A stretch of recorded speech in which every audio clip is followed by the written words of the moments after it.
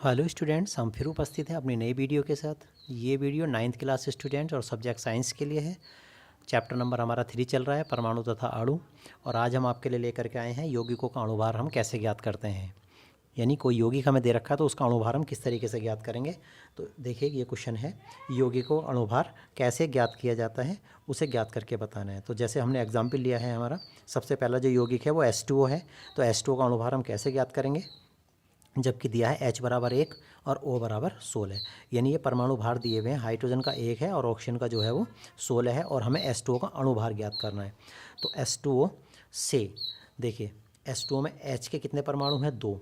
H का परमाणु भार कितना, 1। तो हमने H की जगह तो 1 रख दिया, लेकिन परमाणु इसके 2 हैं तो 2 से इसको गुणा भी कर दिया। और चूंकि नया तत्व आ रहा O, तो हमने लगाया फिर यहाँ प्लस और O का डाल दिया हमने 16। तो इस तरीके से 2 ही करना 2 और जमा 16 और 16 2 आ गया 18। तो इस तरीके से H2O का अणुभार कितना आ गया, 18 आ गया।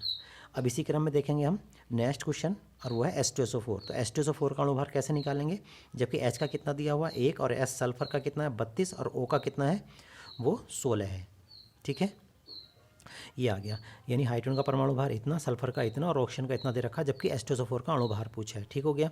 तो H2SO4 से H का 1, ठीक, लेकिन 2 परमाणु हैं, 2 से गुणा कर दी, जमा सल्फर का 32, सल्फर की जगह 32 और जमा O का कितना है 16, लेकिन परमाणु 4 हैं तो 4 से गुणा करेंगे, सीधी सी बात है। तो 2 ही करना 2 जमा 32 अपनी जगह और जमा 16 चौका 64। तो इस तरीके से 32 और 2 34 और जमा 64, 34 और 64 को जोड़ेंगे तो आ जाएगा 98। तो H2SO4 का जो अणुभार होता है वो 98 होता है। ठीक हो गया। अब इसी क्रम में क्वेश्चन नंबर 3 की बात करें। क्वेश्चन नंबर 3 में क्या है, CaCO3 का अणुभार निकालना है। कैल्शियम कार्बोनेट है, Ca कैल्शियम और CO3 कार्बोनेट। तो कैल्शियम कार्बोनेट का अणुभार निकालना है हमें। Ca का जो होता है परमाणु भार 40 होता है, कार्बन का 12 होता है और ऑक्सीजन का होता है 16। ठीक है, तो बस वैल्यू डाल दीजिएगा।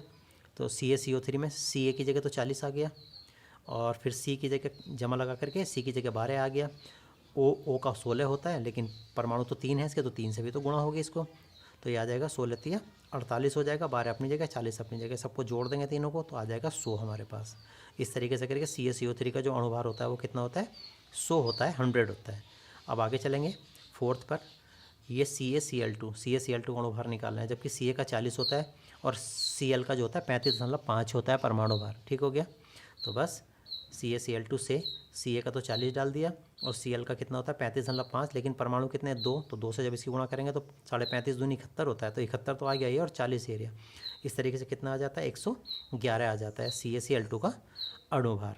आगे चलेंगे इसी क्रम में HNO3 का अणुभार निकालने के लिए हमें क्या क्या दे रखा है। हाइड्रोजन का परमाणु भार 1 होता है, नाइट्रोजन का जो होता है वो 14 होता है। ठीक हो गया। और ऑक्सीजन का जो होता है वो 16 होता है। तो हम HNO3 का जब परमाणु भार निकालेंगे तो आप देखेंगे HNO3 से H का तो हो गया 1, H का 1 होता है, N का कितना होता है 14, और जमा ऑक्सीजन का कितना होता है 16, लेकिन परमाणु 3 है इसके, तो 16 गुणा 3। तो ये आ जाएगा हमारे पास 14 1 15 और जमा 16 दिया 48, 15 और 48 कितना हो गया है 63 आ गया। तो इस तरीके से HNO3 का जो अणुभार होता है वो 63 होता है। तो इस तरीके से करके हम किसी भी यौगिक का अणुभार बड़ी आसानी के साथ ज्ञात कर सकते हैं, बशर्ते उस यौगिक में जो भी तत्व लिए गए हैं, जो भी तत्व आए हैं, उन तत्वों का परमाणु भार हमें दिया हो तो, या फिर याद हो तो इस तरीके से करके हम यौगिक का अणुभार आसानी के साथ ज्ञात कर लेते हैं। तो आज की वीडियो में तो हमने केवल आपको यौगिकों के अणुभार ज्ञात करना सिखाए हैं। बाकी नए टॉपिक के साथ या नए क्वेश्चनों के साथ हम फिर मिलते हैं नेक्स्ट वीडियो में। धन्यवाद।